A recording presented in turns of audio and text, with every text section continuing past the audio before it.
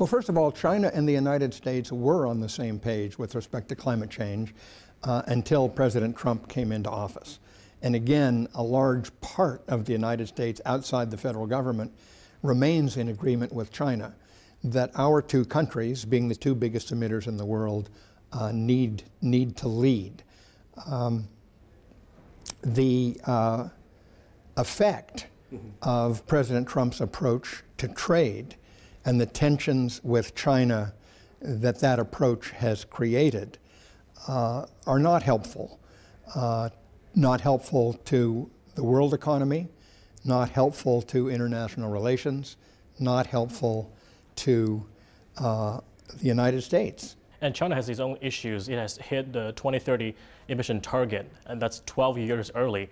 And it's been fighting against pollution and scaling down its steel sector. What else can China do to sort of tame emission? I think technological innovation is going to be very important, both for China and for the United States, and indeed for the rest of the world.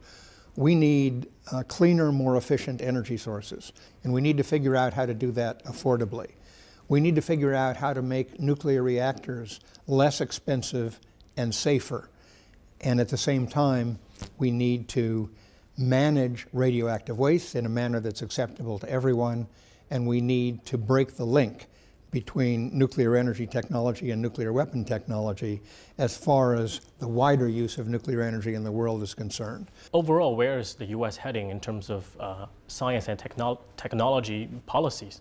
In terms of science and technology policy, the United States is now a glass that is both half empty and half full.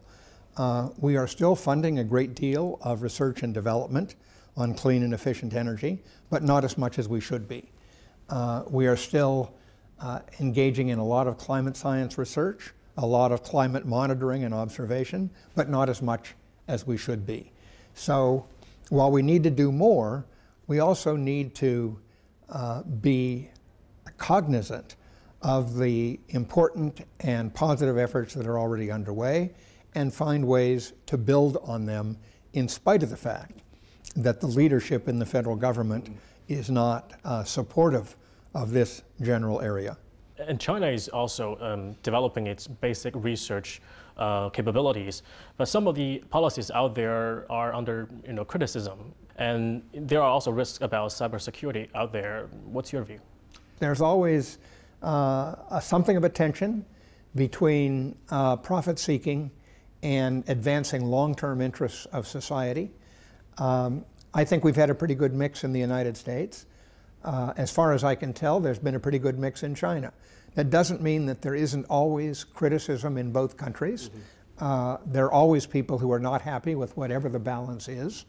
But I think the record shows that China has done rather well, and the United States has done rather well in lifting the level of living of the citizens of the country and in addressing really worldwide challenges like climate change.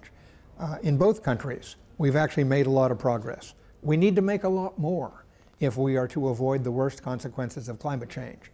But we should build on what we've already done right, and we should not retreat from what we have already done right.